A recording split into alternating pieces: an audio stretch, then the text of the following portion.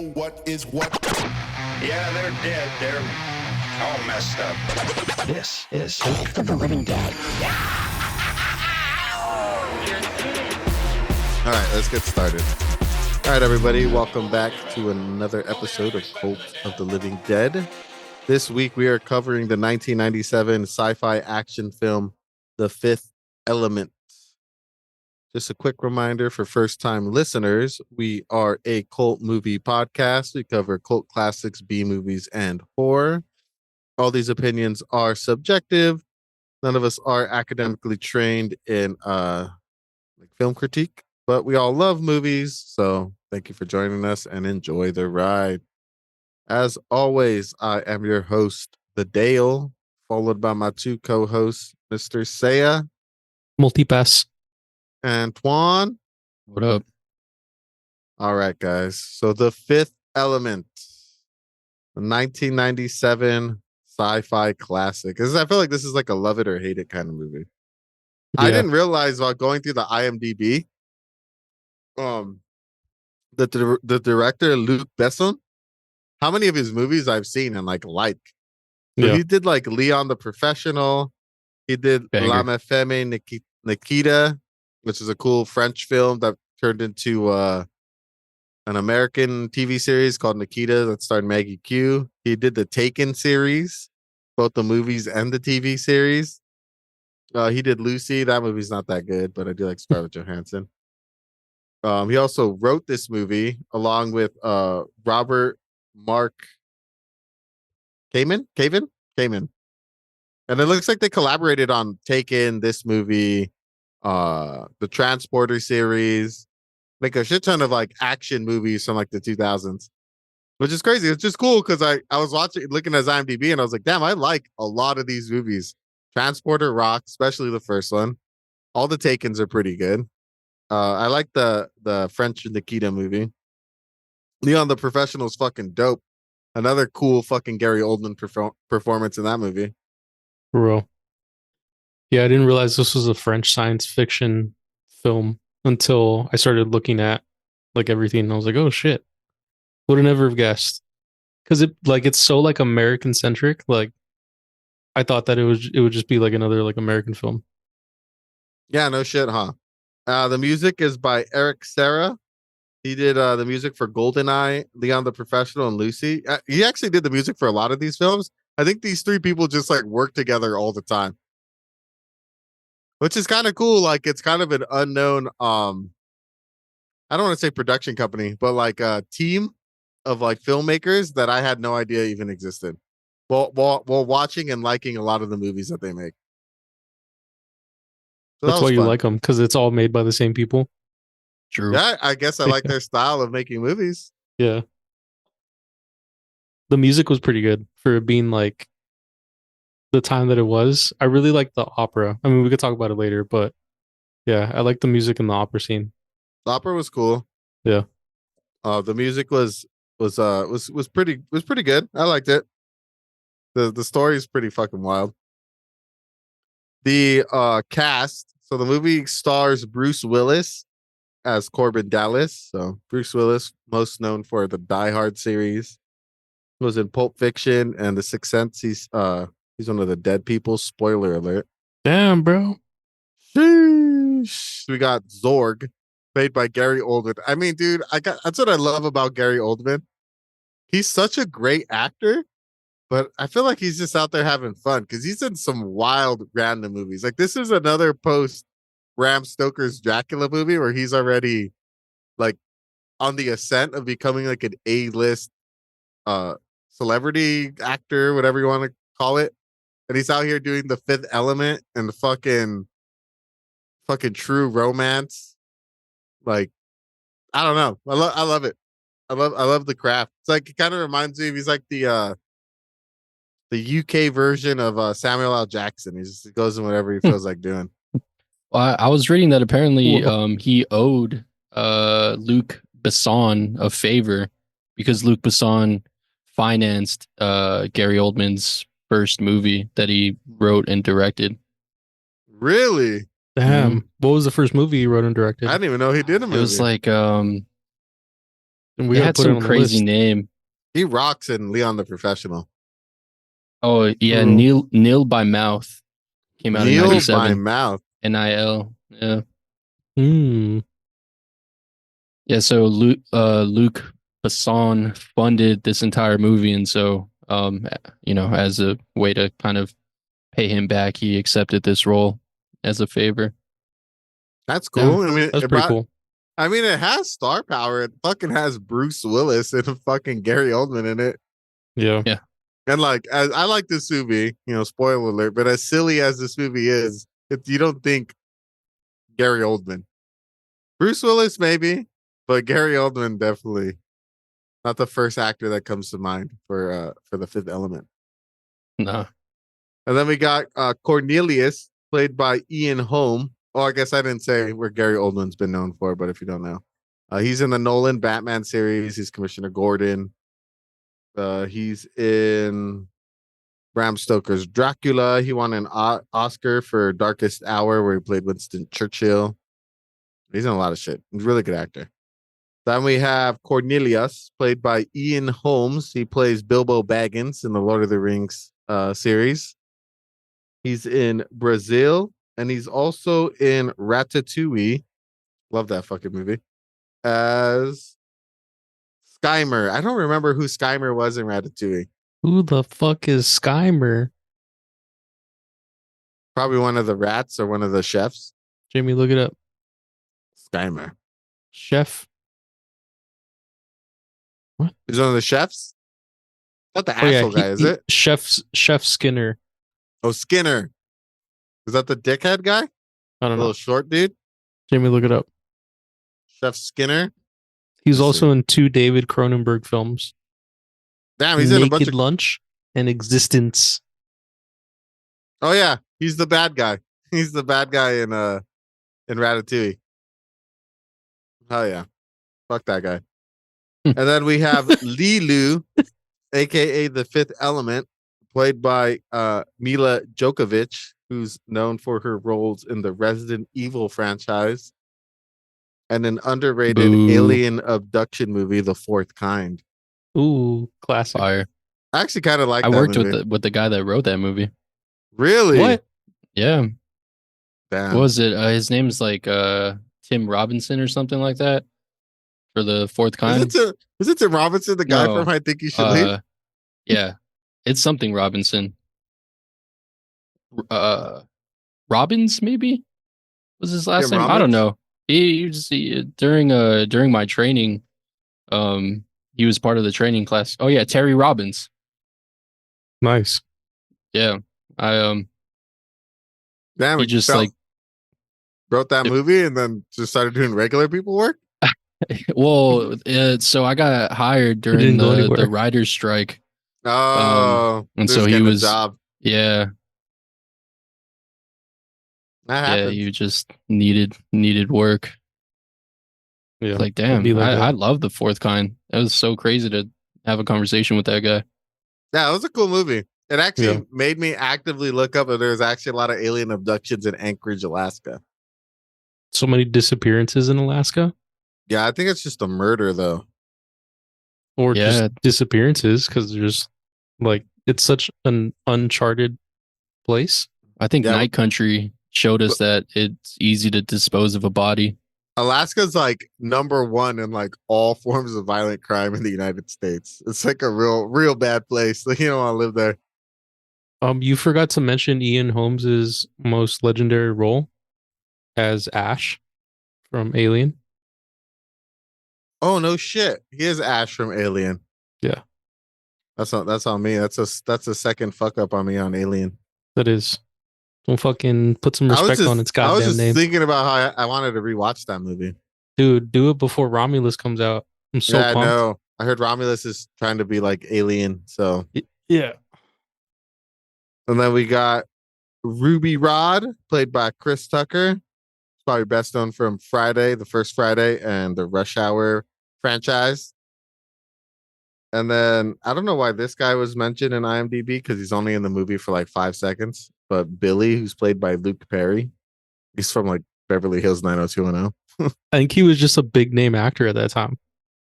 So before we get started, let's get over through our first impressions, history with the movie. So me and Saya have both seen this movie before. Twan, it was your first viewing, correct? Correct. So we'll start with Saya. So Saya, what's your history with the movie? How'd you get introduced to it? I don't remember how I got introduced to this movie. I've seen it so many times. I really like this movie. It's just one of those like random. I could put it on and just have it as like background noise at this point, just because that's how much I enjoy the movie. Yeah, a lot of experience with this movie. Same. I've seen this movie a lot. I think I first saw this movie with my dad. I think we rented it from like Blockbuster or something. Me and my dad used to we'd watch a movie every weekend. I think this was one of them because my dad's a big movie guy too, and he loves sci-fi. So I got into it. And I thought, when it came out, I was like, what, 7? Probably shouldn't show this movie to a 7-year-old, but whatever. And I was like, oh, this movie's rocks. This movie's fucking cool. So I like it. I think it's cool. I've seen it multiple times in different states of mind, and it's entertaining in all forms. It's definitely a silly movie. It's not too serious, but yeah, I think it's a good watch. What about you, Juan? What did you know about this movie before you came in? I'm actually surprised you haven't seen this movie because I know you're a fan of sci-fi. Yeah, I'm a fan of, I don't know, good sci-fi. I've never seen this movie. I never wanted to watch this movie. Never was interested. It looked like just a campy, cheesy, fucking corny goofball movie. You're right. So yeah, I was forced to watch this. The will demands. But I didn't really know what the hell this movie was about. I just knew it was a space sci-fi movie that was like over the top and outlandish. I think one of the more memorable characters is Chris Tucker, and he's like everywhere, and like this role is iconic for him. So I know that character. I knew that character before going into this movie. But yeah, it's first time watch. I don't know. I wasn't excited to watch this, but yeah, it was work this week. Oh yeah. Yeah, I forgot how much we'll get into the movie right now. I forgot how much Chris Tucker actually is in this movie. But he's in it like from when he's introduced all the way through the end. Like he's like a pivotal character. Yeah, I think he's in like the full last like 40 minutes of the movie. And I think the movie's only like an hour 40. So It's 2 hours. It's 2 hours. 2 hours. Oh, yeah. Well, he's in it from. Yeah, he's in it for like Like halfway point. Yeah. Yeah. What did you think of all the character designs and like costumes and stuff, like, because it kind of like immediately pops off into all of that? Was it like what you had expected it to be? Yeah, I mean, it was like a page to screen. Like it looked like you're watching a comic book. Yeah. The colors are so vibrant and so loud. And like if you actually take the time to like look around at the set pieces, like is super intricate. Like the set design and the visuals like definitely make this movie more tolerable. And it was cool. It's a visual spectacle for sure. But yeah, I always appreciate a good costume, good set. You know, they put time and effort into this movie. And speaking of, I read that the designer was Jean-Paul Gaultier, who's like he's like a fucking like pretty prevalent fashion designer. Yeah, he's a big name guy. Yeah. Like it looks like it has his name written all over it. I mean, they look like I noticed that. It's funny that you say that when we were watching it this time, or I was watching it this time with a more critical eye. I was like, a lot of these people are dressed like runway models. Yeah. Like a lot of these people are dressed up. Like why why does Corbin Dallas wearing that shirt that has those holes in the back? Fashion, bro. High fashion. Fashion. And Yeah. it's like the brightest orange you've ever seen in your life. Yeah. Future fashion. Orange was popping. Oh man. All right, I'm glad that you mentioned the set designs and like the character designs, because I think that takes us right pretty good into like the beginning of the movie, because the movie kind of pops off like right away. So you start off in Egypt, 1914, with this like British archaeologist. He's like excavating this like temple, and it looks like it's like in the middle of the desert, like literally nothing around it. It's him and a bunch of like local Egyptians that it looks like he's hired. And this is where we get the illustrious Luke Perry. He's in the movie for like the first like 10 minutes. So That's all they're he gets. excavating, and the archaeologist is like, he's dissecting these hieroglyphs, and he's like, oh, the four elements put together and make the fifth element, oh, like a supreme being, something about like this ultimate evil that comes every 5,000 years. And like a Jeepers priest. Creepers. Yeah, it's like Jeepers Creepers. And this priest shows up and he's like, oh shit, this guy discovered the secret. I'm gonna fucking poison his water. He's just like down to just kill him like right off the bat. And His dumbass tries to toast water. yeah, who toasts water? Well, It's like, I don't know what his religion is, but maybe that is a toast for him. Because I know if you're Muslim, you don't drink alcohol. So maybe they toast with water or coffee, probably. But yeah, he's like tries Maybe. to toast, and then like they don't drink it because he's like, oh, I made this grand discovery. He's like, oh no, we got to toast with something better. And then like this like penis shaped like spaceship comes from space. I think the set designs are really good, but the CGI in this movie is pretty bad. Yeah. I I mean, thought it it's, looked like an ice cream cone. it's like An ice cream late. cone. You know what it reminds me of? The chest burster in Aliens. You thought it had like a the top head of organism it? look, like it was alive. Yeah, and I felt like it was a similar shape with like the fat head, and then it kind of gets skinny and like pointed at the bottom. Yeah. I'm just picturing the chest burster from Spaceballs, like the singing one. That's what I feel like. It looked like that one specifically. Yeah.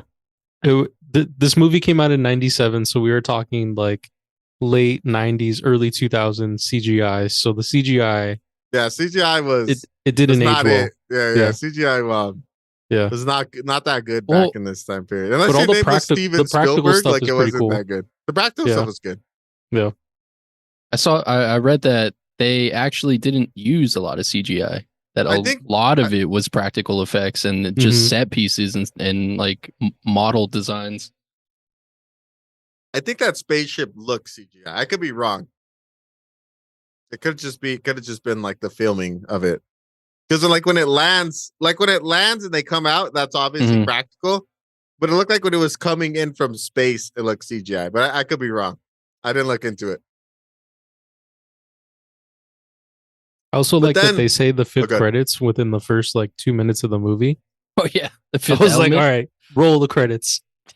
That's so fast. I don't think I've ever seen a movie where it's like they say the title that quick. It was like the second sentence of the fucking movie.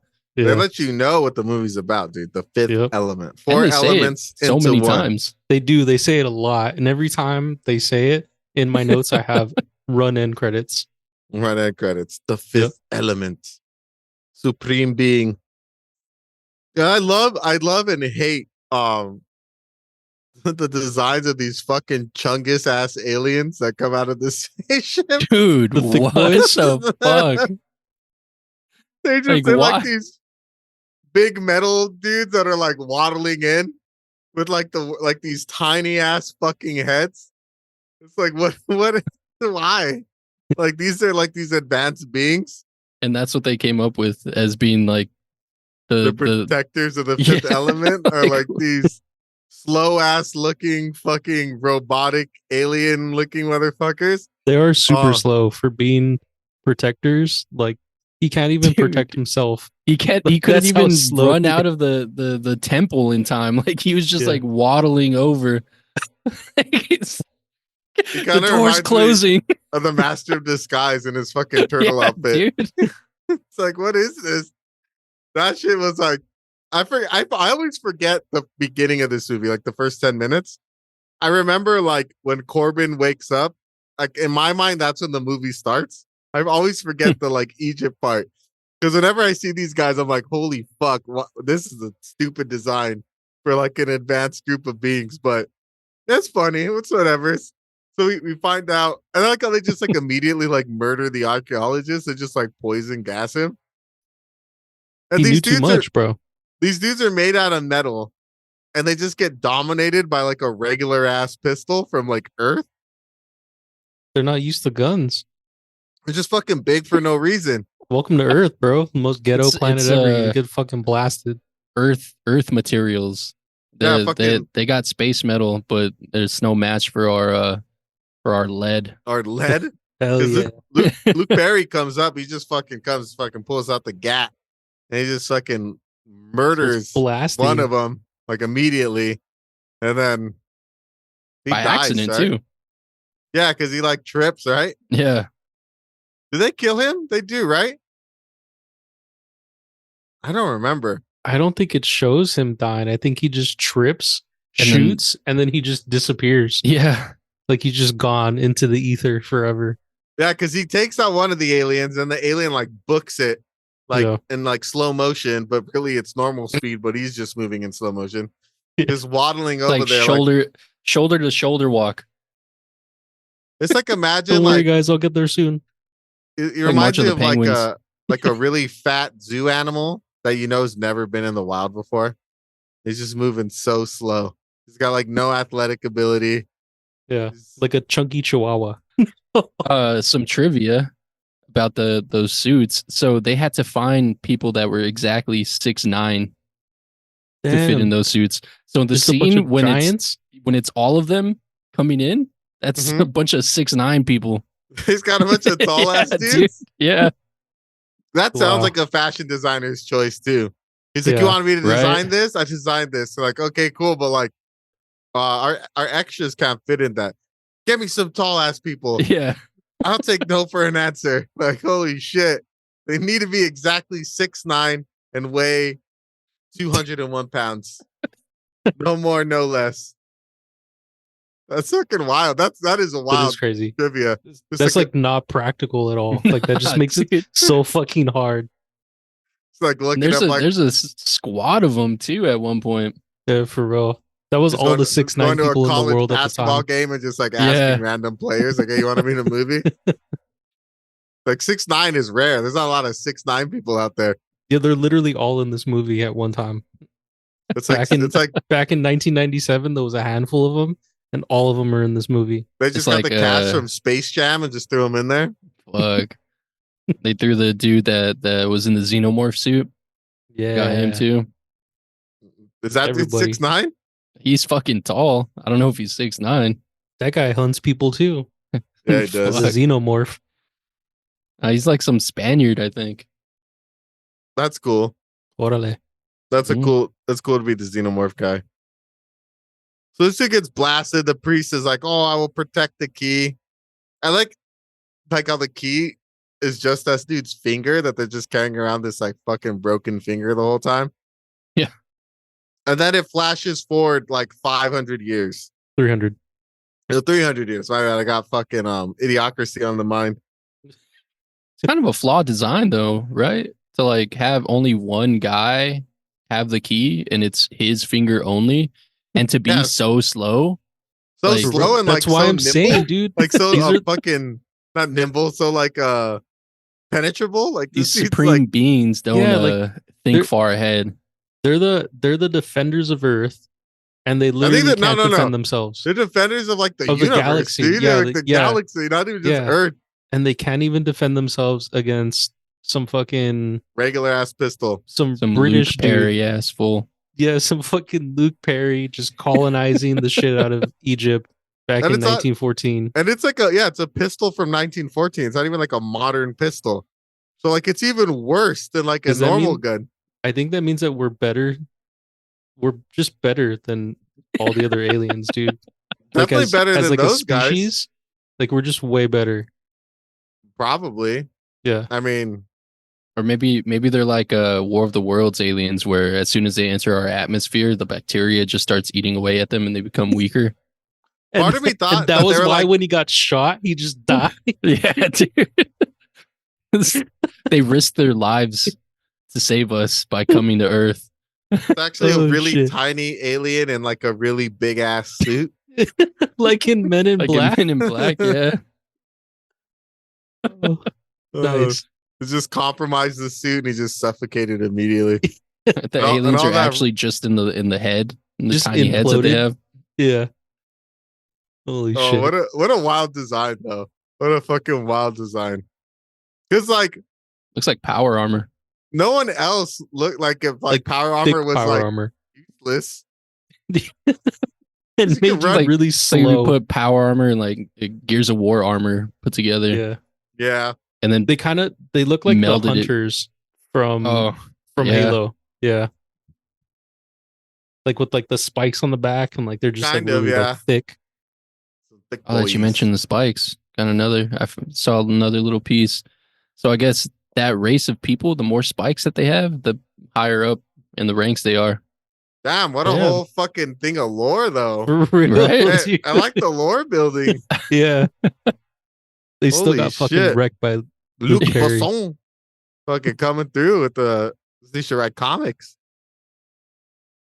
Oh my god. So then it's 2314 and the ultimate evil arrives. I don't know what I was like expecting. I was not expecting it to just be like a planet. Like it's just like a planet, like a living planet. Yeah. And he's like red. Like a dying sun. Yeah, he looks like a Mhm. dying sun. And it pops off with like the president scanning it with like his army, and he's like, With- "Oh, with so President President Tebow. Tebow. yeah, President Debo, Debo. fucking Debo from Friday's the president." I think it's fucking funny. Damn, 'Cause it I- just clicked right now that fucking Debo and Chris Smokey are in the Tucker? same movie. Yeah. Fuck. Yeah. It's The just- same movie, and they're both playing like, well, Debo's kind of out of character. I feel like that guy always plays a tough dude, and here he's just like the president. Yeah, he was Yeah. very what do you call Like it? Like reserved. he no, down. not reserved, like oh my Formal? God, dude. Yeah, I guess Presidential? formal. The way he spoke wasn't normal It's not to Debo. his past roles. Yeah, Yeah. you're picturing Debo. Yeah. You're like, fuck it, Debo went to college. Holy shit. Yeah, it's like he graduated from Juilliard. Yeah. It's like it's like what's this his was- name? The Punisher. Like Anthony Anderson in Malibu's Most Wanted. Yeah. They play the gangsters. They're like they're mad pansies. Yeah.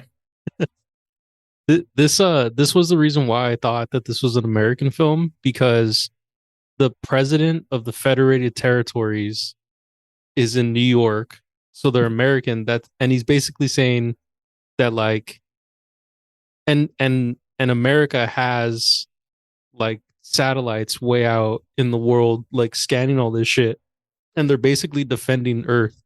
And so I thought that this was like, it's such like an American like centric movie that I thought that it was literally made by Americans, but it's not. So it's hilarious that they decided to make like New York be the center of focus in this movie for the first, half of the movie. I think it was made for Americans. Americans, yeah. Mhm. Got Yeah. the French Definitely. perspective. Yeah. Yeah. We were probably driving the market Yeah. in the 90s. I mean, we yeah. still are. Yeah, no, we love our movies. I think the only people who consume our movies than us is Bollywood people. I mean, I also read about like consumerism, and like it's a take on like capitalistic societies, and we're so capitalistic compared to everywhere else, and so it's just like the most advanced level of capitalism. The big Mhm. ass McDonald's sense. that they have. It's Hey, like that McDonald's worker chick was fine though. yeah. It's the French, man. Everything is so sexualized in this movie. You know what? It is, yeah. That just clicked because I wrote down. I'm like, damn, why is everyone so fucking fine It's in the this movie? fucking French, dude. What about And then like what's- all the what's her name? authority figures are like the cops are a bunch of Big chunkuses. doofuses. Yeah. Fuck, what's her name, dude? Because I even wrote, I'm like, did they just get models to play these McDonald's characters? Like people? Like who are these chicks? Fuck, who's the cop? Not the cop, the military person that when they tell Corbin that he's been selected for the mission, he's like, "You're gonna Oh, go with this that chick." It looks like the chick from Burly girl? Dodgeball. Yeah, from Dodgeball. Yep. Oh man, that was hilarious. That shit was funny. I know we didn't really touch on it, but before the wall closed on that supreme being, he said, "Time not important, only life important." Why is he? Yeah, Why do they talk like that all of a sudden? Like, why do they talk like fucking Kevin in the office when he's trying to save time?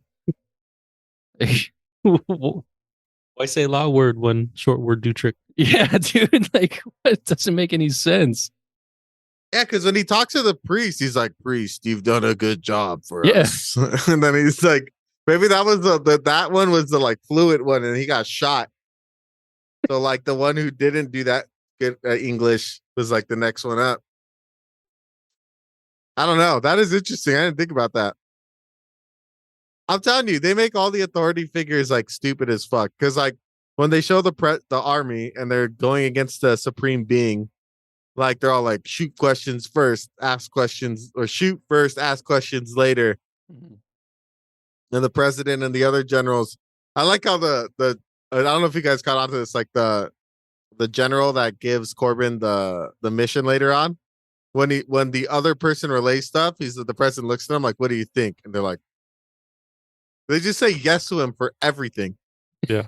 Because then when Cornelius wants to talk and they hear what Cornelius says, he's like, "What do you think?" They're like, they take no accountability for anything. So yeah, this is when we meet Cornelius, and then I he's honestly like, wouldn't want to fight President Debo. So "I don't want to fight President Debo. yeah, Only if Yeah, I had a not- brick. They'll knock you the fuck out." Ooh, but then they shoot the fucking dying planet thing, and it only makes them bigger. And Cornelius tells them like this whole like this whole story about how it's like the ultimate evil and how they shouldn't attack it, and the only thing that can stop it is like the fifth element. And then they Roll shoot credits. it, and then they fucking make it bigger. I thought that the way the look on the guy's face when they die was pretty cool. He had a good like what the fuck face. Yeah. The white guy, right? The old white guy. Yeah, the like commander who was shooting at him. Yeah. He's just like, And then he starts getting that like blood dripping down his head thing. "Oh, that that's happens. right. Yeah. That's Yeah. right." That's a weird thing that happens. That's never explained, but it's And just they're all mesmerized. So evil.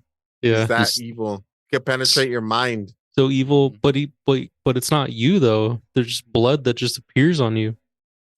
Yeah. Oh, I Remember assume- Zorg? Like Zorg wipes his head, and you can see like his head, and then There's like no, blood like, just cut starts or from anything. here. Yeah, there's no cut. It's just like blood just dropped from here, and it just drops down. That is pretty wild. It's just like Yeah. comes through your pores. Just being so evil that you can just make people bleed from nowhere. Just sweating blood. That's an actual symptom on house.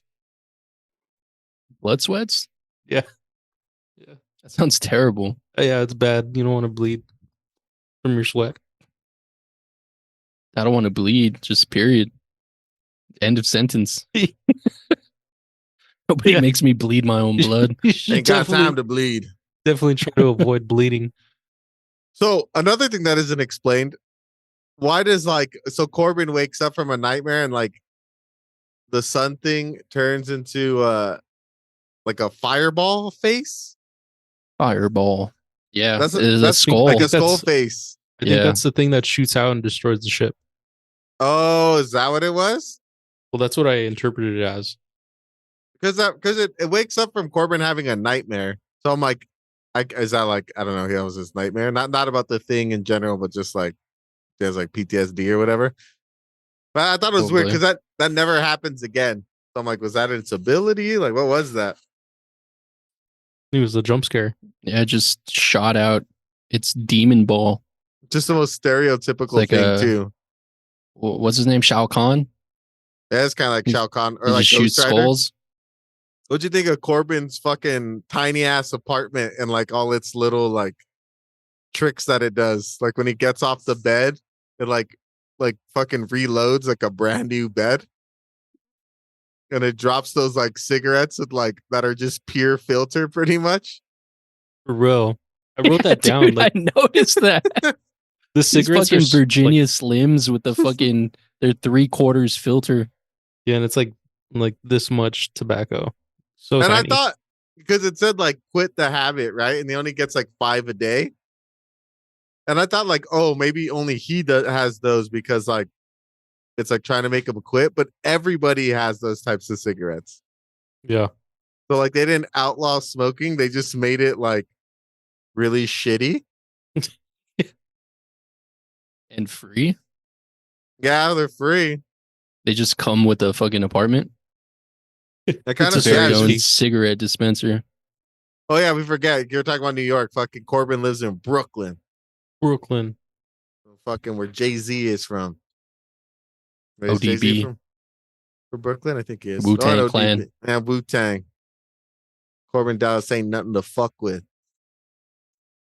But he also lives in like the city is so built up that he lives like I don't even know how many stories up it makes from the the ground. mega cities from Dread look small. Yeah. Because Yeah. like they're just Yeah. these massive skyscrapers. So much space. I think they're above the clouds. Yeah, for sure. Yeah. Mm-hmm. What'd you think of that tweaker ass dude that tries to rob him? Why does he dance? Why was he dancing? Why do tweakers do anything that they do? Is that supposed to signify that he's living in the hood? I guess. Because like that dude was tweaked out. Yeah. Like super tweaked out. He did have a good like his like deception. Like he put a lot of ability points into deception. Oh, that hat thing was cool. Because he had a hat that looked like his when Corbin looked hallway. out of his door, it looks like it was a hallway, but it was actually a dude standing there with a hat. And then he like lifts his head up and then points the gun at him. I thought that was hilarious. That was funny. really good, like ingenuity from a tweaker. Then Corbin just outsmarts him because like, oh, you didn't load the gun. You gotta push the little button. But that like disarmed the gun. Yeah. And then he dropped that like rack where he just had like a bunch of other guns. I thought that was gonna come into play later on. Like he was gonna have like a crazy shootout with like all those guns, but it never Yeah. does. Nope. Just letting you know he's all bomb. That happens a couple times in this movie Where you think it's where gonna they, be like they introduce something and it's like, oh shit, that's pretty cool. And then it never comes up again. never happens. This is like here's a set piece. Sweet. Well, this is the first part we see Ruby Red on the television, and fucking Oh, Chris yeah. Tucker looks wild as fuck. That's Do when we see that's him? I thought we just hear him. Oh, we see so him. you see him on the tiny Mm. television. He shows for like half a second or a second. It's I like don't know. it's like a picture of him. Yeah, it's not Mm. really him, but it's just like him like going like into the screen, and then it's his voice over the screen. Yeah. I think it's them talking about Floston. The contest, right? yeah about Or the Yeah. contest. Yeah, the contest to go to Floston Paradise. Floston Paradise. Floston Paradise. Well, then we find out that because he's on the phone, so this gives a little exposition. So we know that he was like a decorated fighter pilot, and now he's a cab driver, but he's a bad cab driver because then he has 5 points left on his license, which I guess like is a thing where you get. So what do you start at? Well, he said he had 50, and the guy didn't believe him. So do more you than start that, at 50 and then you Well- just get deducted? Maybe start at 100. Can you Maybe. get points? Can you acquire points? Or Maybe do you it, just like- lose? recharges over a year or something. Do your points Every roll year over? you're alive, you get another point. It's like vacation hours. You get like 7 a month. If you don't use it, you lose it. You know, usually you lose it. What'd you think of his cab? What'd you think of the design of his cab? It was cool. It was cool. It was another looked- one of those, just like all the practical stuff looks really cool. Like there's a lot of Yeah. detail. Looks really future. Yeah, Yeah, it looks like future and old at the same Yeah. time. yeah. They It's did like it's a like like a a relatable, like a recognizable. 1930s like fucking Buick, but It floats. yeah, Yeah. but it floats. Was they I thought, there's a theme? It's like Fallout. Was it retro? It's like future retro. I don't yeah, know. future retro. Yeah. Because Fallout's all 1950s, but it's all futuristic. Yeah, Future. That's one thing that I realized watching it this time, that like there's a lot of like, I don't know if it's AI, but there's a lot of like robots talking to you throughout this entire movie. You're like the bartender. Well, the bartender, when he wakes up, like his apartment talks to him. yeah. The taxi Yeah. cab talks to him, and like he responds to it, and like it gets it to do things. Like I thought that was interesting. I like when they predict things that haven't happened yet, and now these things are happening. Dude, the biggest one in this movie is McDonald's? podcasts and like live streaming. Fucking Ruby. Oh yeah, Ruby Rod is Ruby's like yeah. live streaming the whole fucking time. They're like That's right. podcasting. Like True. that Damn, wasn't I a didn't thing even- back then. Yeah, is I live didn't think about streaming. that. I thought it was more like Because he live streams for 2 hours. Yeah, that's a long time. yeah, I thought it was just like a radio show. I didn't even think. Yeah, you're right. Like Damn. it's a video format. Damn. That's crazy. That's a good call out. I didn't catch that. Yeah, for real. Well, then we get to the fifth element, right? Gets blasted out of space by those mercenary guys. The dog Dude, boys. these guardians are trash. They're so bad. Their They're spaceship is so bad. it's so huge, and those two little fighter jets just like take it out immediately. It's like, bro, you ain't got no defensive turrets on that thing. No like shield. Sensors, like nothing. You just get wrecked immediately. And it's a massive ship compared to those two little ships. It just gets immediately wrecked. So they get wrecked. The fifth element dies. The Cornelius is all distraught because he's like, well, that's it. The world's over.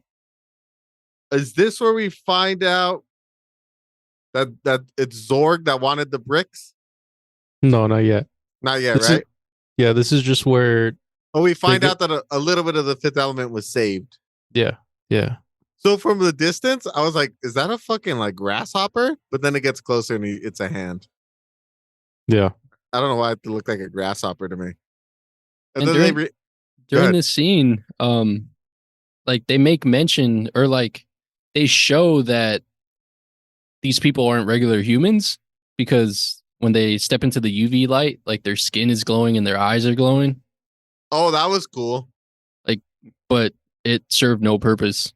That was just like a cool thing. Yeah, I noticed that, especially the doctor guy. That guy looked wild. Yeah. But their Like tech was lizard pretty cool. people.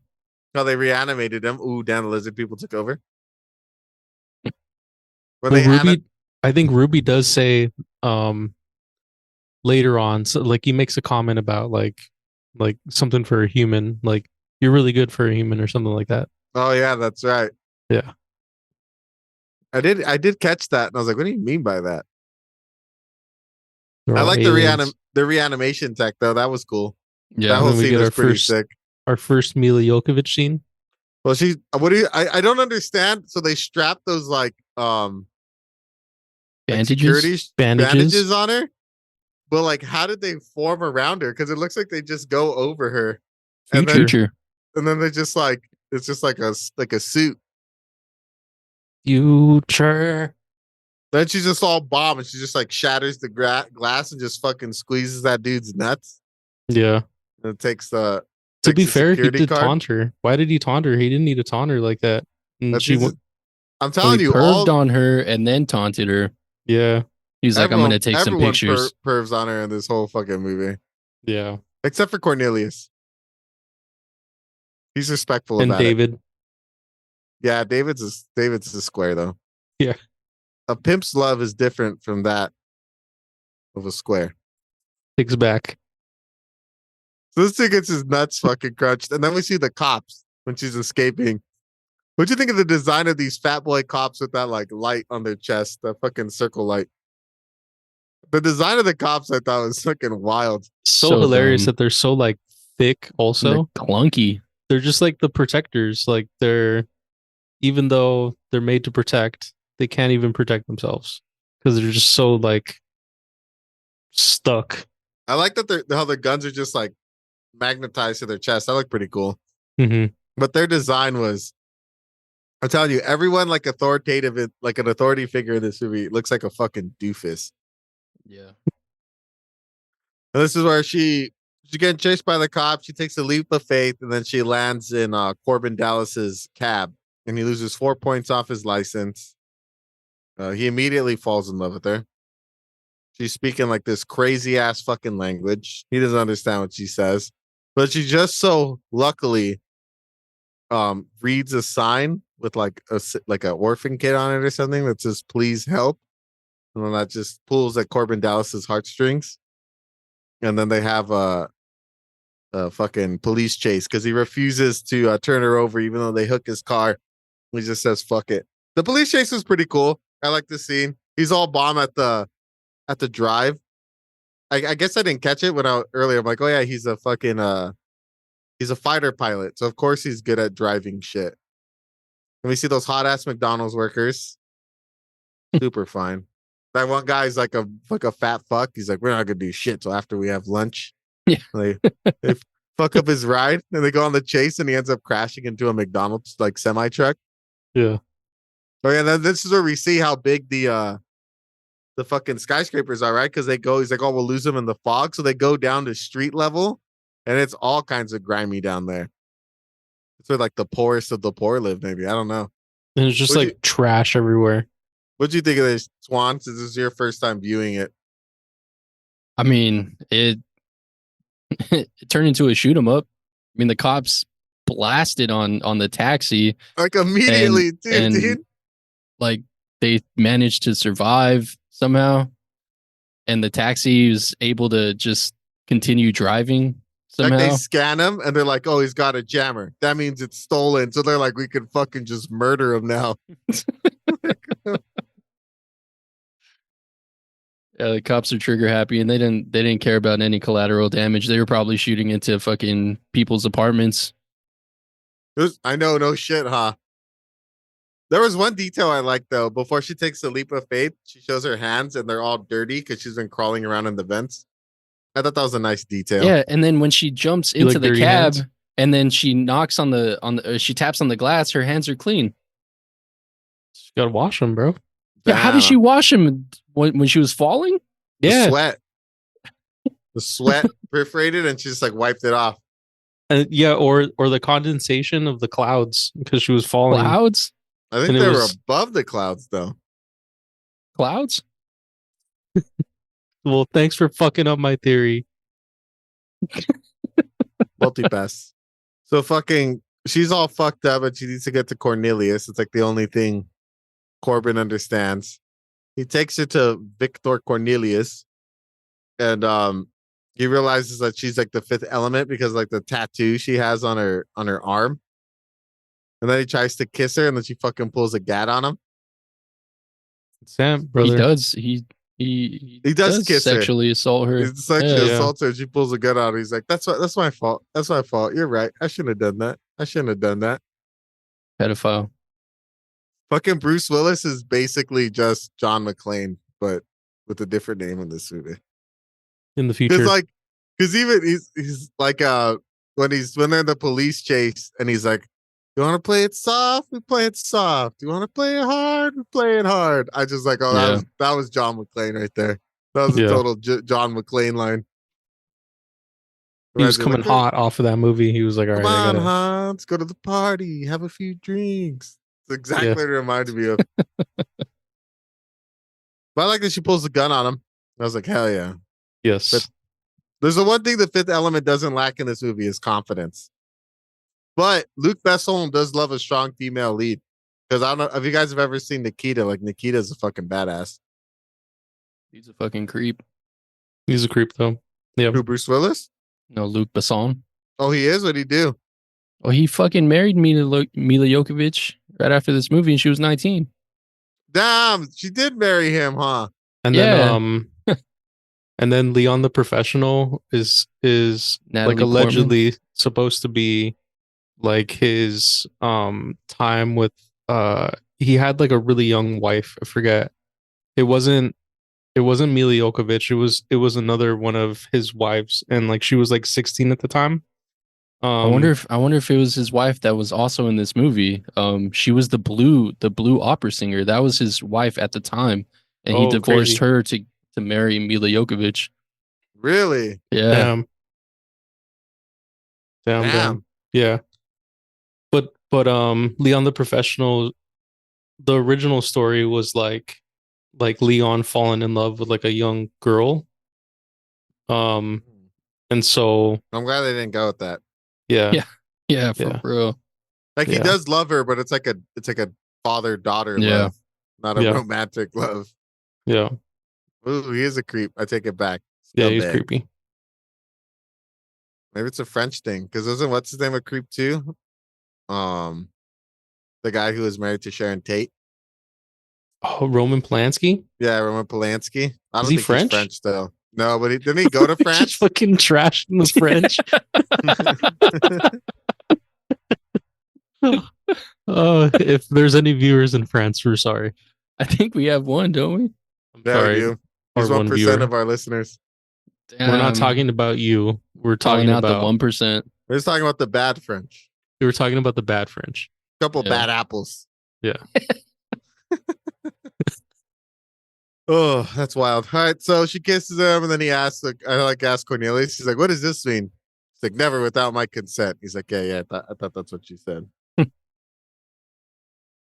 Sen, you need it at all Need points it. of time.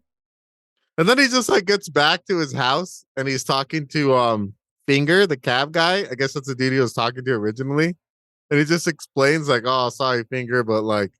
I had one of those unbelievable fucking cabs, and he talks about like he fell in love with this chick, and Finger's just like, okay, that's And cool that you trashed my cab. And like the way he does it too, he just like Fingers about to yell at him because he fucked up his cab. And he's like, "Yeah, but let me tell you about this chick I found." And then he like lays back, puts his arms back, and he like starts talking like really like gently, like, "Yeah, she was such a good fare. Like I needed to do it. Like it was something that I just needed to do." And it was like, brother, what is going on right now? You're about to get fired. You fucked up the cab. This is your boss you're talking to. But he was kind of like, he's like, "Oh, all right, well, fuck, I guess you gotta do what you gotta do." Yeah. Meanwhile, Lilu's eating whole chickens. Was Finger who he was talking to in the beginning, right? That Yeah. told him like, "Hey, you got to bring the cab in for its 6-month inspection." Yeah. Maybe they're homies because the way he mentioned like, "Oh, you're talking about your slut ex-wife or whatever or whatever." Mm, So maybe they were True. boys, and he was true, like, true. he's like, "All right, well, you fucked up, but you're my boy, so I guess we'll be whatever's about it." Yeah, and Yeah. then Lilu's just eating the whole chickens, just learning about like Everything. history. Yeah. This is a really small part in the movie, but I was like really taken back by it. The Asian guy and his like mobile restaurant that would pull up like right up to the people's apartments and serve them food. Yeah, Yeah. I that thought that comes. was such a cool fucking idea. For Like, That real. shit's That dope. made me excited for the future. If that I feel happens, like they redid that in Futurama at one point. I Damn, could be really? wrong though. Yeah, I love that scene. I'm like, damn, and I like how it's like it looks like a traditional like Chinese yeah, dude. like boat, ice Oh, boat. I bet you it was and he's so just good. slinging up Serving noodles. Thai food. Yeah. Yeah. I was he talking Thai? to some. It was Thai. Yeah. He's a Thai guy. Yeah. Because he tells his cat, he was like, "I forgot to feed you. You want some Thai food?" Mm. And then yeah. What a I shitty think owner. that- He I forgot think to that feed him idea and is- then he left him out all night. For real. I think that idea is so Corbin does good. not have his fucking life together. I wonder what the turnaround would be though, or like I don't know if that would be fully profitable unless you're charging like a high price because you're focusing on one person. Well, I mean, the for dude, like an hour, maybe. he's maybe putting like out 30 a minutes. quality product. Yeah, was his name Mhm. Mr. Kim? He True. didn't seem like he was doing well financially, but he was happy. Yeah, he Yeah. was happy. Yeah, Like that's he knew true. they knew each other by like first name. Yeah. Well, by name. 'Cause I think and he's Mr. Kim. I think it's his last name. then he was like, if it's a good piece of mail, like or if it's a bad piece of mail, I'll pay for your Yeah, he's like, that's just on for your me. dinner. Yeah. And it was a bad piece of mail. He got And it was a fired. bad piece of mail. Yeah. And then Corbin was like, well, at least I got dinner. And Mr. Kim was like, oh, that's a good way to think about it.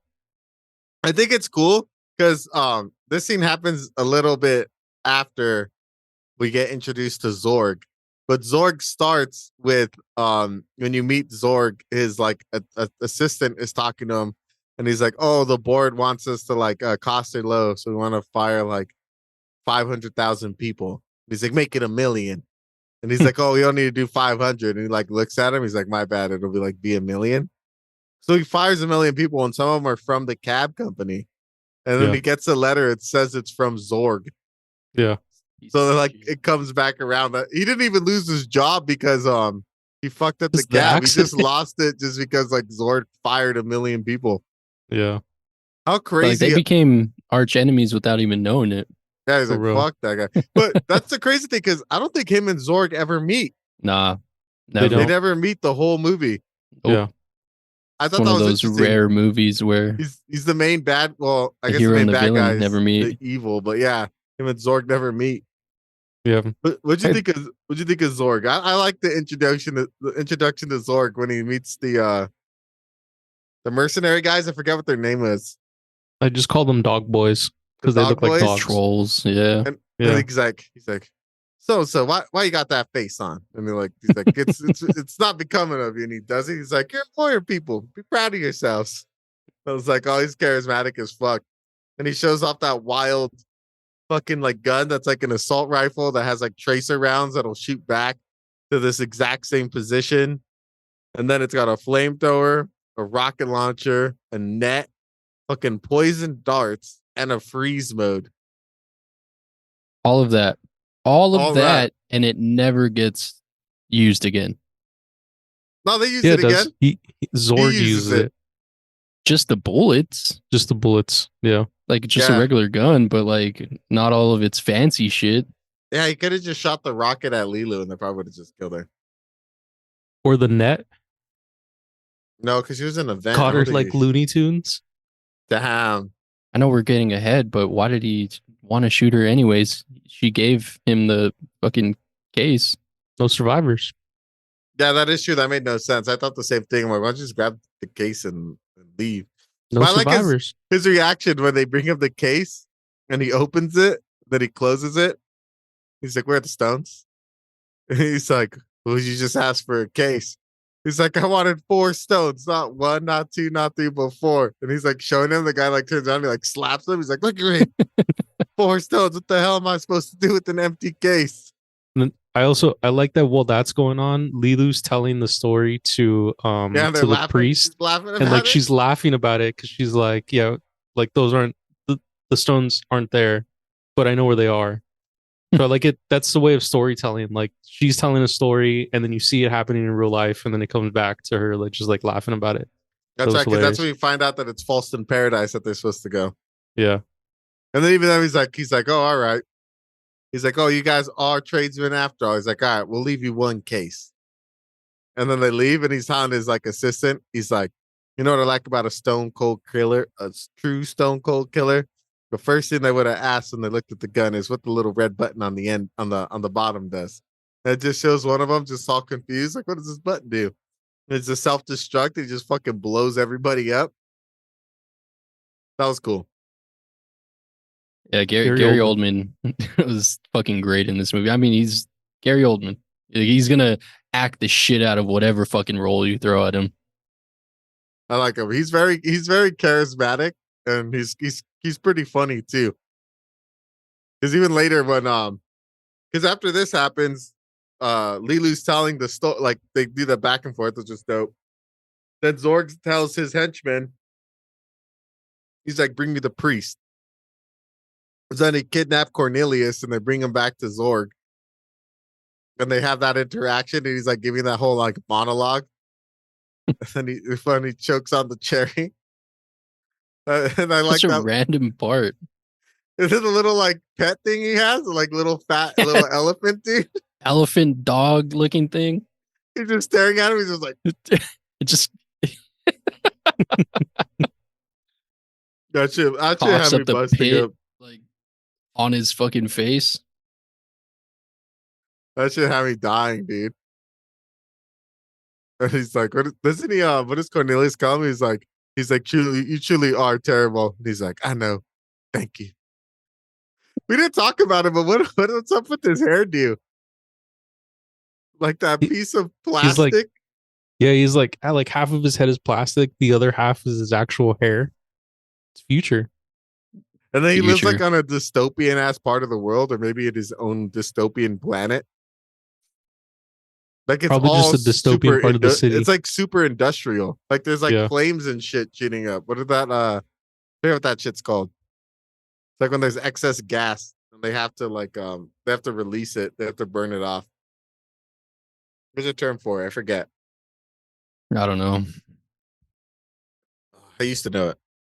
And then I thought that was cool too, though, because Cornelius saves him, and then he's like, "All right, I'll spare you because you saved my life." When he could have very easily just like been a dick about it. I think he's like- one of the interesting things is that right before that, when he gives the case to the aliens, he tells his assistant, like, I don't like people with morals, because you have to be like a stone cold killer. Yeah, And then this happens and he gets saved by the priest, and then he's like, you saved my life, so in return I'll save yours. I feel like that's like, isn't that moralistic? Like, well, he doesn't say that he doesn't have morals. He says he doesn't like people with morals. I guess, but he's still, I don't know, like he just doesn't like moral, but he has morals. I don't know. I thought it was like, He's a complicated dude. he's definitely a complicated person. Yeah. Because he's so goal oriented in getting the 4 stones, but he puts that aside to spare Cornelius because he was obviously going to torture. Because he was going to die. Yeah. Because Cornelius saved his life, he's like, all right, like within his own code, he's like, I can't kill this guy. Yeah. Which is interesting. I think Zorg's the most interesting character in this movie. Yeah. Because everyone else is pretty face value. There's not a lot of depth to like Lilu or Corbin Dallas. Yeah. So then that's when we go back to fucking Corbin and we see him with Mr. Kim eating out of that sick ass fucking noodle spot. I want one of those so bad. Damn, maybe I should get a poster of it, put it in my room. Just that noodle boat. You want a noodle boat? It reminds me of something you'd see like in an anime. Just like so Yeah. cool. Like an Akira or something. I don't know. I like how fucking Zorg's little spy fly. What do you think of a little spy cockroach? Just a cockroach with a satellite on his It's back. got a little satellite. This shit was hilarious. Are you not going to notice that, dude? Like, For cockroaches real. are so big. Yeah, they're not small. They're really not. At least not the ones we have out here. There's some fat ass cockroaches. For real. And I like nobody like reacts to the cockroach flying around in like this very sanitary looking like place. Like nobody notices except for the president, and he just smashes it with his shoe. Hey, I'll give that to Debo though. He's not afraid to get his hands dirty. Hell He yeah. took that cockroach out himself. President Debo, 2024. That's the leader that you fucking vote for. 25. 23-14, you mean? And then this becomes a running theme. I don't know why they decided to make this a trope of this movie, but like Corbin's mom calling him and just being like just stereotypical like Italian mom, like, oh Corbin, you hate your mother. Oh, the day I birthed you. Like she's just berating him every time she calls him, and it happens like 3 times after this first time. Yeah. Like the women in Corbin's life just hate him.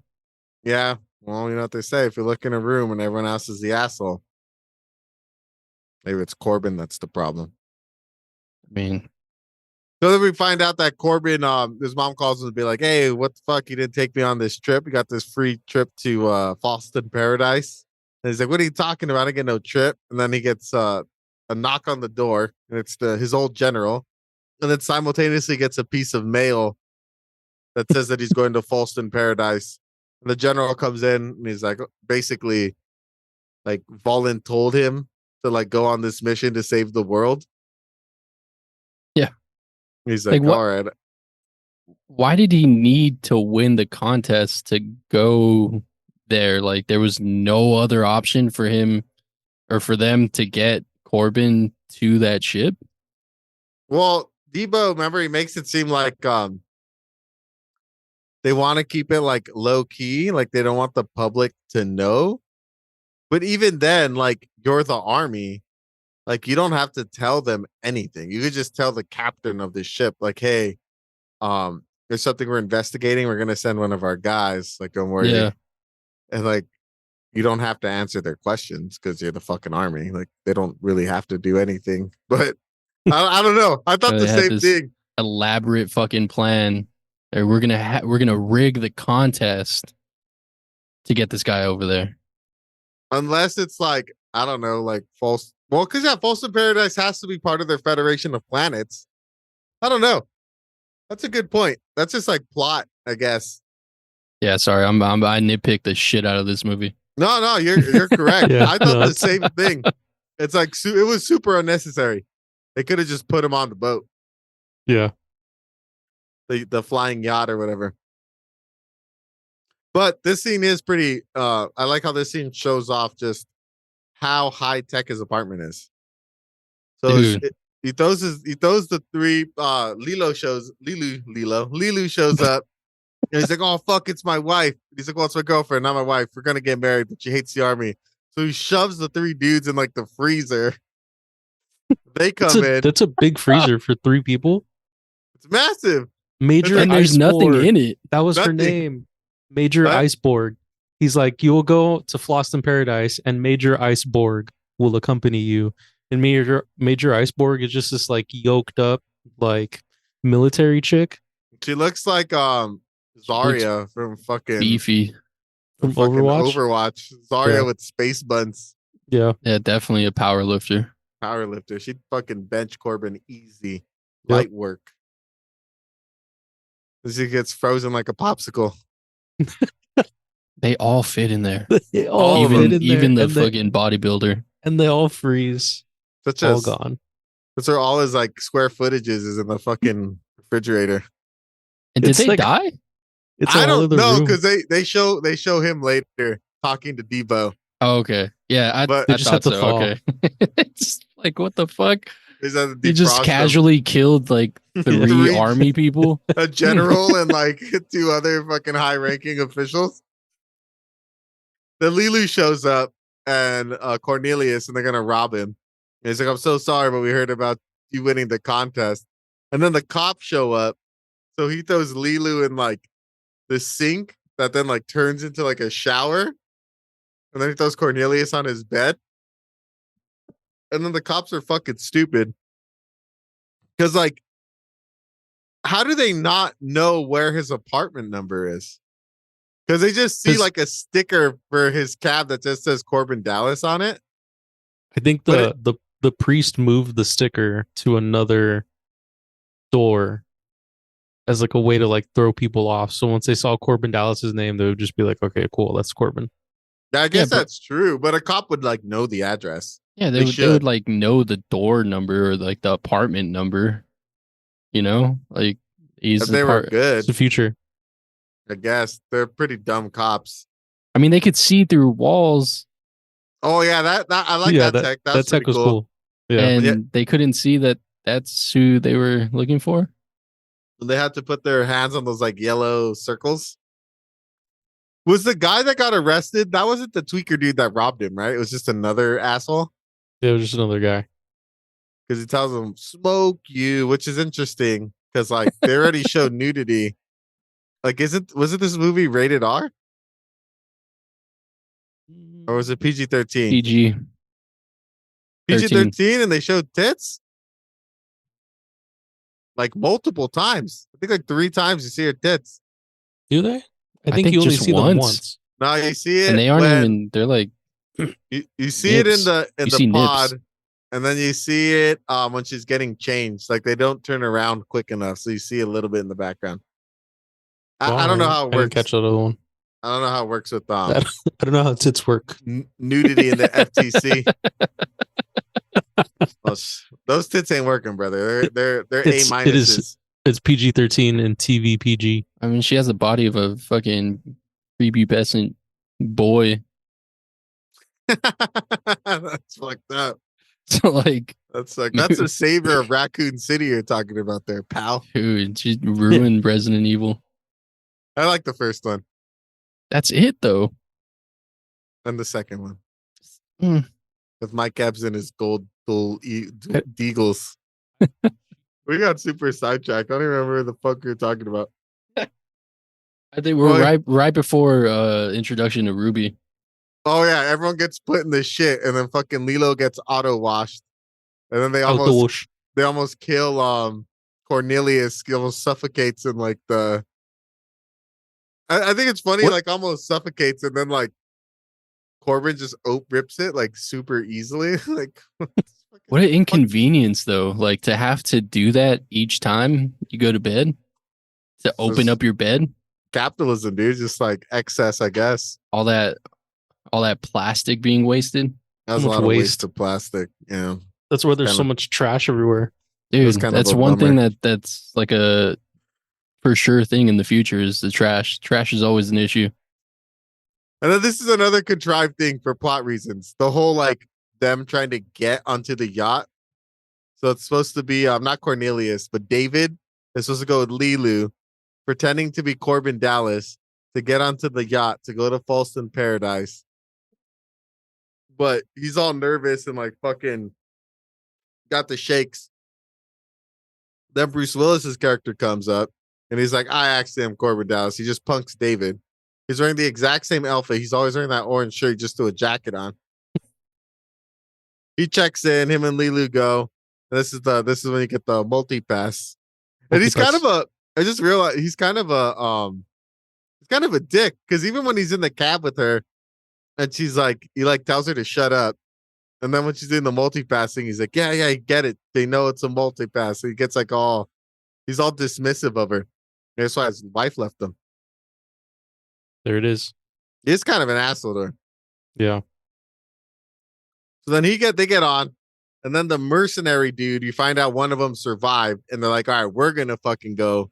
And we're going to get the stones. Like just to have them, just to like stop Zorg from getting them, just to be an asshole. It's like the revenge. They can't get in because the scanner picks up that they're aliens.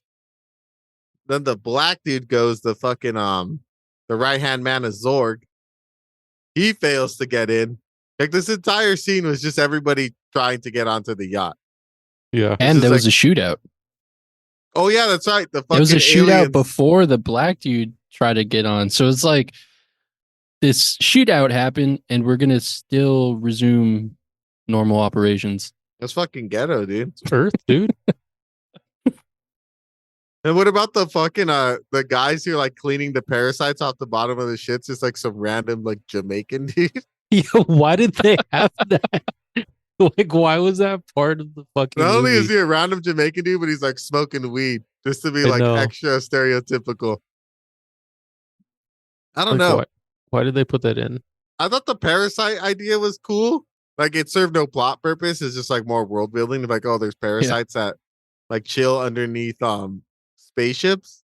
And to show that like they're the spaceships run on like they have these like big nuclear batteries, I guess.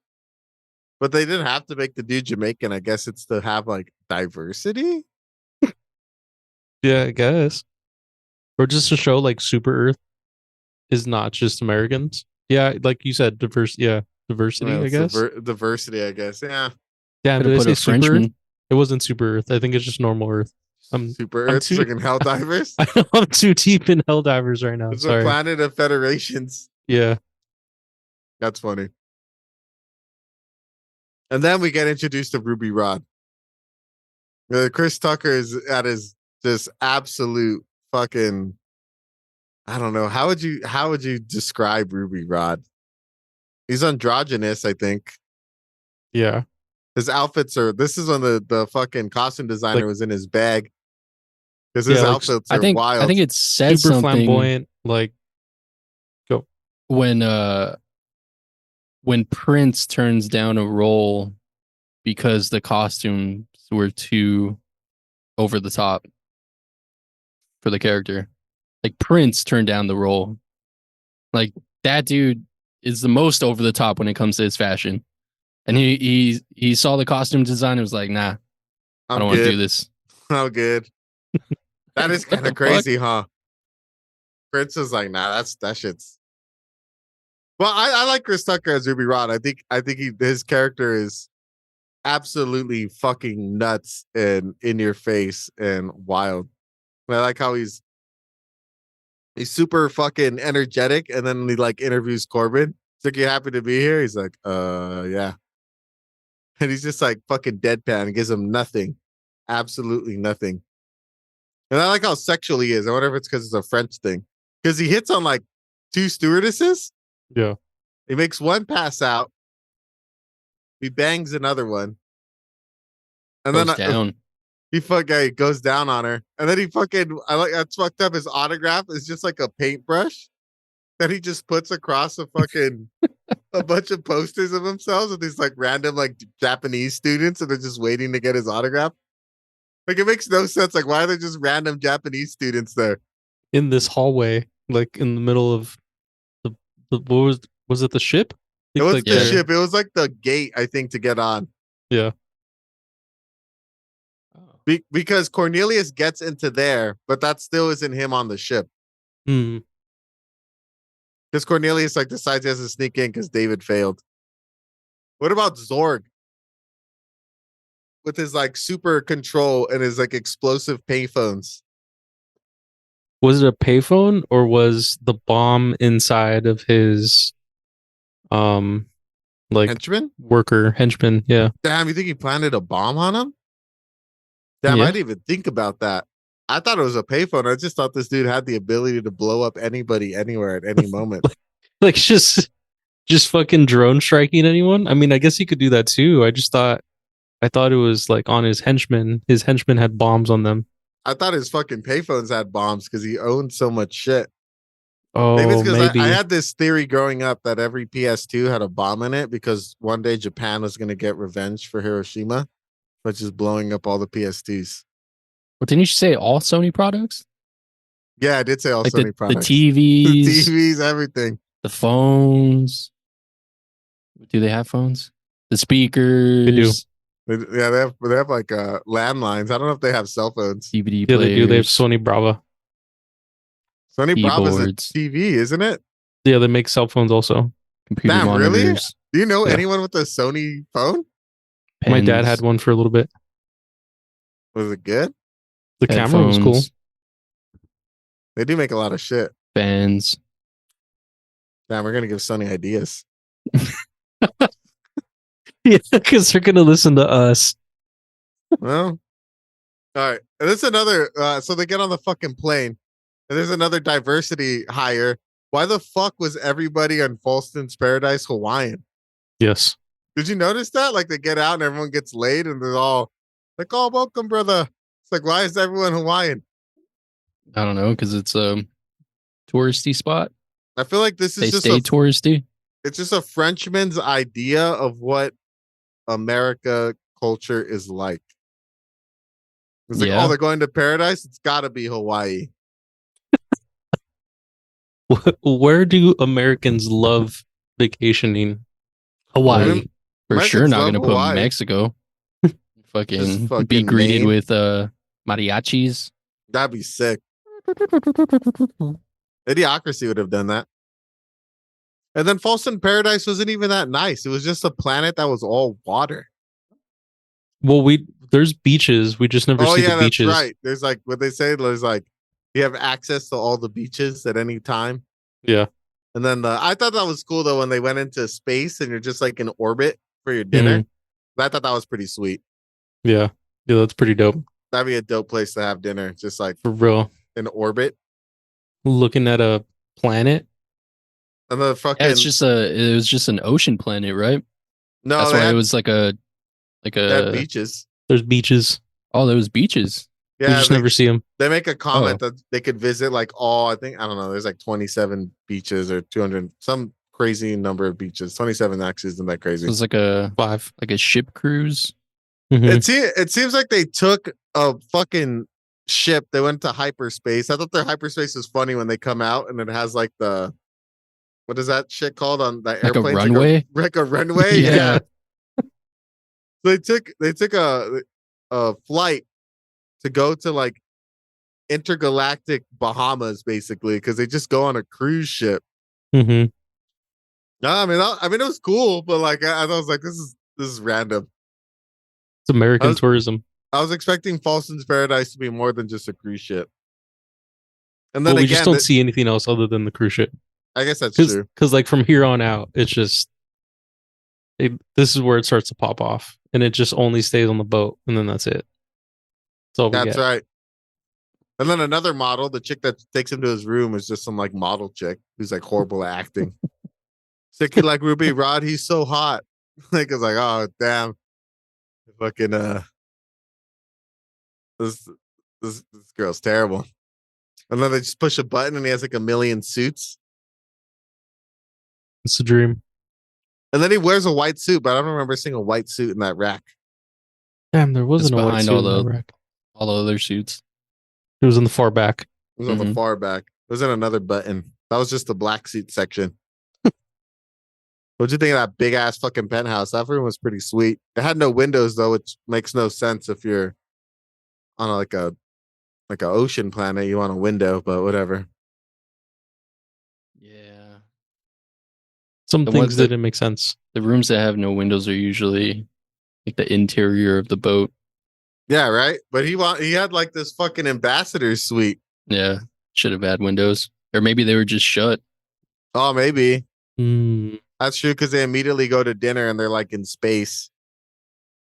And then fucking Ruby Rod, I like when they get to the opera. Ruby Rod's like he just plays a fucking recording of like the princess, like just fucking moaning.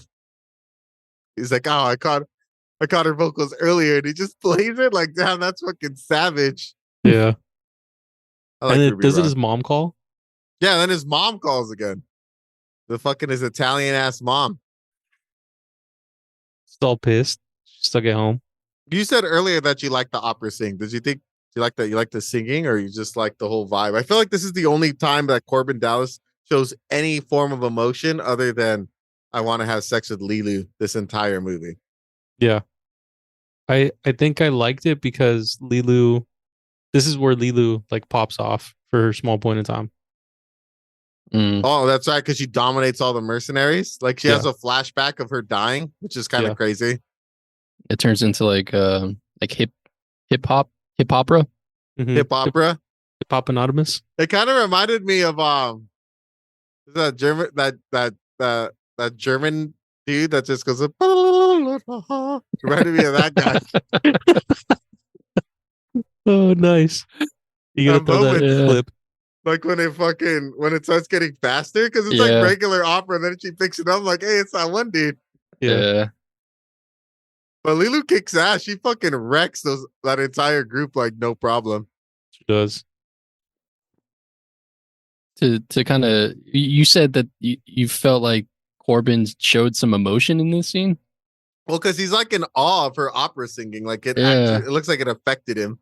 So another little piece of trivia that I came across,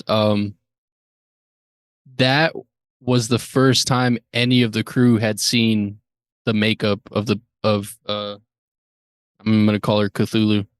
That chick looked wild. But yeah, so that was the first time the whole cast and crew saw her. So those were like genuine reactions. Nice. That's so funny. He's just like, what the fuck did I sign up for? I'm fucking John McClane. God damn it. Yeah. Damn, that's pretty funny. Because he did look genuinely like shocked. Yeah, it's a shocking thing to see. And then she just like so after I thought it was weird too. Another inconsistency. So Lilu kicks everybody's ass. I guess we kind of skipped over that Zor got visited by like the evil guy and his fucking head starts bleeding. And he's like, I'm gonna do it myself. So he decides to go get his stones by himself. And like Lilu like stops being a badass. Like she immediately like retreats from Zorg, even though she just She did some crazy ass shit. I don't know if you guys caught this when she was fighting the mercenary guys, that she does the Neo. She does like the. Yeah. I was like, damn, did fucking the Matrix steal this from Fifth Element? Probably. Because They almost have what like year did that come similar out? like 99. story arcs, Oh, like the like one a savior. Yeah, the white one savior. coming to save all of us. Oh, and Lilu did like learn karate. Remember? She's Yeah. watching it. She's like, oh. hmm Then she like all of a sudden knows karate, I know kung fu. which is interesting because if she remembers her death, because she recognizes the mercenaries, that would mean that she has access to memories of her past lives. So wouldn't she already have access to all her old skills? Doesn't she already? Well, she No, had because she access doesn't know English. to the Mm. skills. Was it 500 years prior? 5,000. 5,000. So she Oh was yeah, English isn't stuck even a in the- language yet stuck in the past. because she speaks the divine language. So divine. It sounds like gibberish to me, but was that language based on anything? Did you guys? Nah, it was created by fucking Luc Besson, and Luc Besson and Mila would have full conversations in this made up language. Damn, all his wife's fucking in full makeup too. Disrespectful. Yep. 4 hours in makeup. At least looking like that fucking blue ass monstrosity. That's more than enough time to practice this made up language. Private sessions. I like how they when they first show the opera singer, she's like in a full gown and it's like all mysterious. Like who is she? Did you expect her to look like that? Like what was your raw reaction when they finally reveal her to be like this blue octopus Cthulhu. lady? Dude, that's what I thought.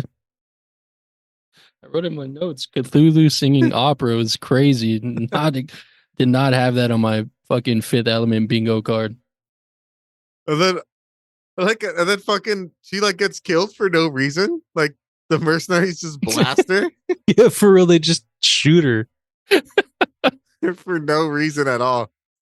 Like, Shut like her everyone up. get down, and she's just like standing there. They're just like, boom.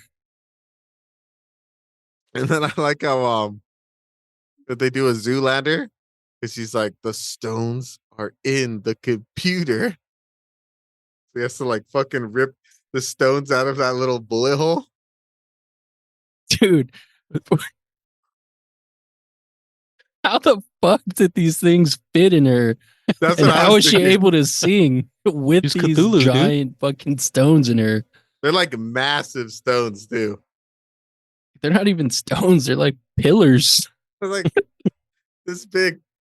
They're at least 2.5 feet, like a yardstick. I don't know. They're massive. Like, how did she get him in there? She swallowed them. Cthulhu. Fuck. No gag reflex. Oh man. And this is where Corbin. This is like the only Corbin action scene, huh? There's actually, for this being a sci-fi movie, I mean, sci-fi doesn't always have to have action. There's not a lot of like action set pieces, really. Yeah, there's No. the chase, Lilu scene, Zorg shooting at a vent and setting a bomb. and then this. And then yeah, this big ass explosion where he what does he say, count to 2? Yeah. Or he sticks the mine, the sticky grenade. Yeah. Sticks a sticky grenade on the Like on the balcony. balcony. Is that what after he shoots like Ruby Rod and he falls? Yeah, he shoots like a hole Yeah. around Ruby. Yeah, he Mhm. does fucking some like Yeah. Looney Tune shit. And Ruby's just screaming the whole time. That's right. I like how he like Corbin hates him, and then he like immediately is like, "All right, Ruby, you're gonna be my wingman on this one." Yeah. I was like, you put a lot of trust in this fucking dude who he thinks is useless as fuck, But Corbin like wrecks every dude. He all the dominates aliens. all of them like Yeah. immediately. They definitely picked the right guy for the job because he delivers. I mean, he just turns it on. He's like, "All right, fuck it." All right, he's like, "Oh shit, time to go. It's go time," and he just immediately wrecks everybody. Yeah, he becomes like a John Wick, just taking out whole mobs of aliens. Took out that turret. Yeah. I like how he's like, they're so and so. If you kill their leader, they'll all retreat. They won't fight. And he's like, all right, we're sending out someone to negotiate. And he just turns the corner and just shoots him in the head. I thought that was pretty cool. Remind me His of negotiating like skills. Indiana Jones when he just shoots the guy with the whip. No, with the sword. Oh yeah, with the sword.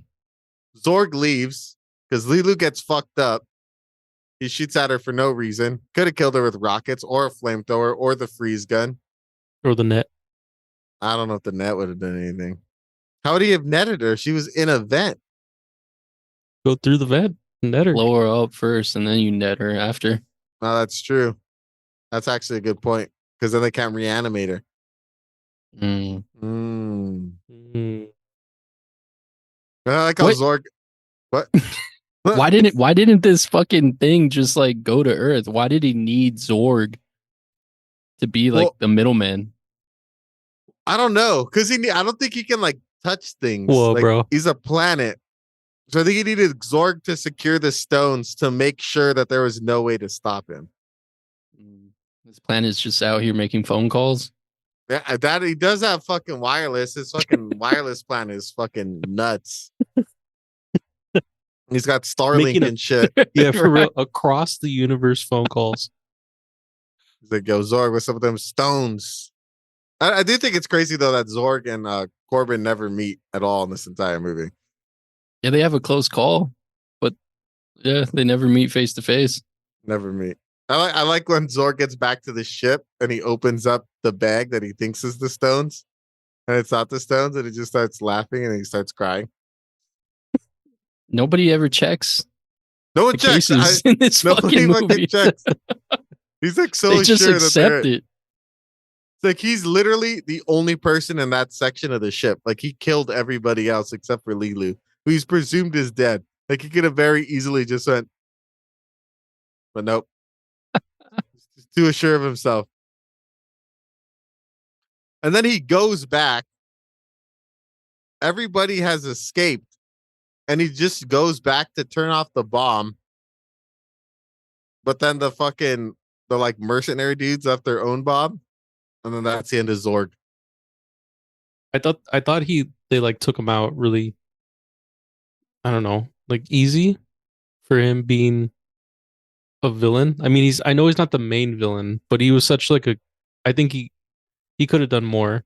But He's just a corporate dude, I guess. Like he's not an actual like badass. Yeah. I guess I just wanted more Gary Oldman. Like I just wanted.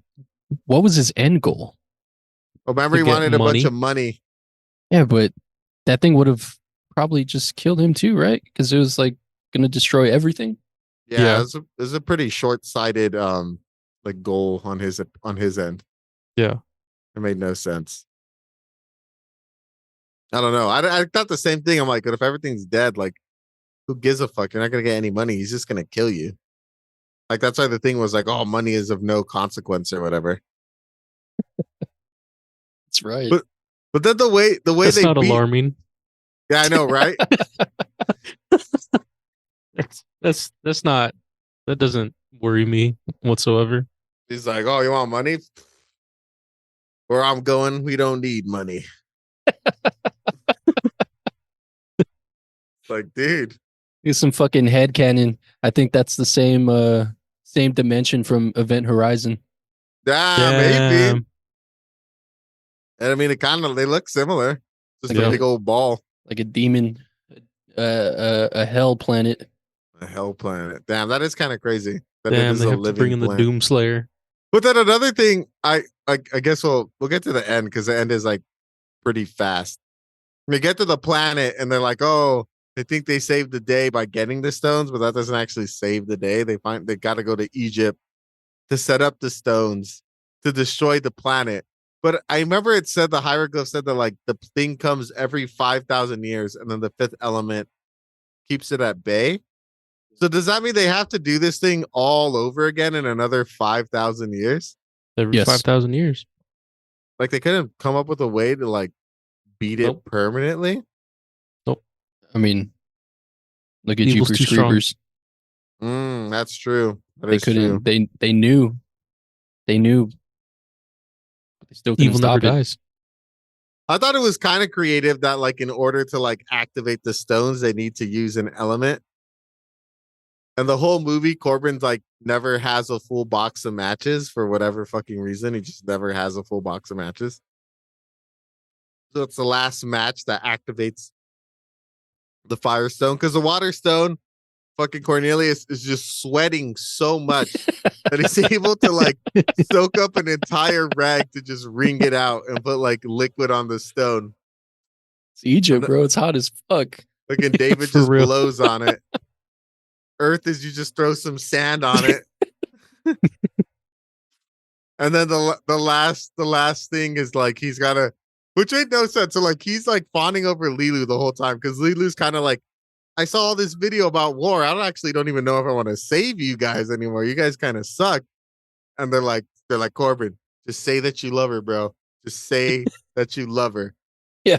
But he's like been fawning over this whole time, and he's now got like this whole dilemma of whether or not he wants to like say the words or not. That part was dumb. Yeah, and then he Says Got he loves commitment her. issues. and he just plants one on her. Yep. Plants an honor with consent. With consent. Think. And then she shoots a green laser beam. They destroy the planet. They turn it into another moon. They save the day. And then the movie ends James Bond style with them banging in that like pod thing. Yep. Well, his mom is calling. Well, his mom's calling and she tells off Debo. And that's it. That's the end of the movie. But I thought the ending was a little lackluster. Yeah. That was why I wanted more Gary Oldman. Because I feel like Gary Oldman would have been cool. Like, what Yeah, if the demon invaded Gary Oldman's body and then like Gary Oldman has to fight against Lilu in like Mortal Kombat? Lilu would have fucking wrecked him. Yeah, but he would be like a demon entity at that time. I guess that's true. Like Super Saiyan Gary Oldman. Mm-hmm. I did read that this was supposed to be a trilogy. Oh, really? Mhm. Damn. Interesting. But it kind of just ended. Like the story ended, and they didn't know how to how to write Like, more more to go. movies. Yeah. Yeah. Because the only other option would be go further into the future, a whole other 5,000 years. Or back. It make no sense. Oh, I guess you could have done back and just have Lilu be By dinosaurs. that would be fucking funny. That would be funny. Triceratops. Shit. It's like a fucking like Triceracop Lilu. She's just like a little, like a velociraptor with like orange skin. Damn, this movie actually made. I mean, I guess it falls within our B movie. Because this movie felt very B movie, but it made $263 million. So it's not like it wasn't from a lack of success that they didn't make another one. Was it just one of those cases where it cost so much fucking money to make? It cost 90 and it made Oh. 263 Why is this? Oh, because it's a B movie. yeah. Yeah. It's not a cult. I guess is it a cult? I guess it's a cult classic. It's classified sci-fi. it's classified as a cult classic, yeah. Yeah. I Did you it say has- sci-fi in the intro? Yeah, I said it was a sci-fi movie. No, but like when you're like we cover B movies, Cult classics and horror. cult class. Oh, Yeah. I count this as a B movie. It's considered a cult classic on list, but well, I guess because I know like a lot of people who bang for this movie who like love this movie. yeah, it's like you said. I think it's one of those you either love or Love it, hate you it. hate it. Yeah. There's no in Yeah. between. There's no in between. I was camping, so I didn't get any facts. But you guys, Twan brought some fucking sick ass facts. You got any more, Twan? Came with some heat today. Yeah, you're in your bag this fucking weekend. Well, I needed to like bring something more than just hatred. What do you mean? This isn't going to be a back-to-back 8 week? Spoiler alert. No. No, I don't got anything else. I pretty much shared. Oh, should we just jump into our reviews? All right. Say, why don't you start us off this week? I give this movie a B minus. Nice. Yeah. I really I enjoy this movie. I've been watching it since I was a kid. It's like a little bit of nostalgia. The set pieces, the like character design, all of that. It's kind of it's like goofy, but it's really nicely detailed. I think the story has hella plot holes, but I'm willing to overlook that just because it's like I find it really fun. I would definitely I would recommend this movie. I like recommending this movie to people. You may not like it. It's definitely a 50-50. I think some people I recommend to watch it and they hate it. Some people will recommend it to they watch it and they love it. So yeah, kind of one of those like just coin toss of if you're gonna like this movie or not. But personally, I do enjoy this movie. There's a lot of you know history and background with the director and stuff like that. So could understand if you don't want to watch this movie because of that. Like fuck that guy. But taking away the person from the art, I think like the movie itself for me is it's a solid movie. That's why I give it a B minus. Nice. I think I'm right there with you. So Rotten Tomatoes has this movie at a 71%, and IMDb has it at a 7.6.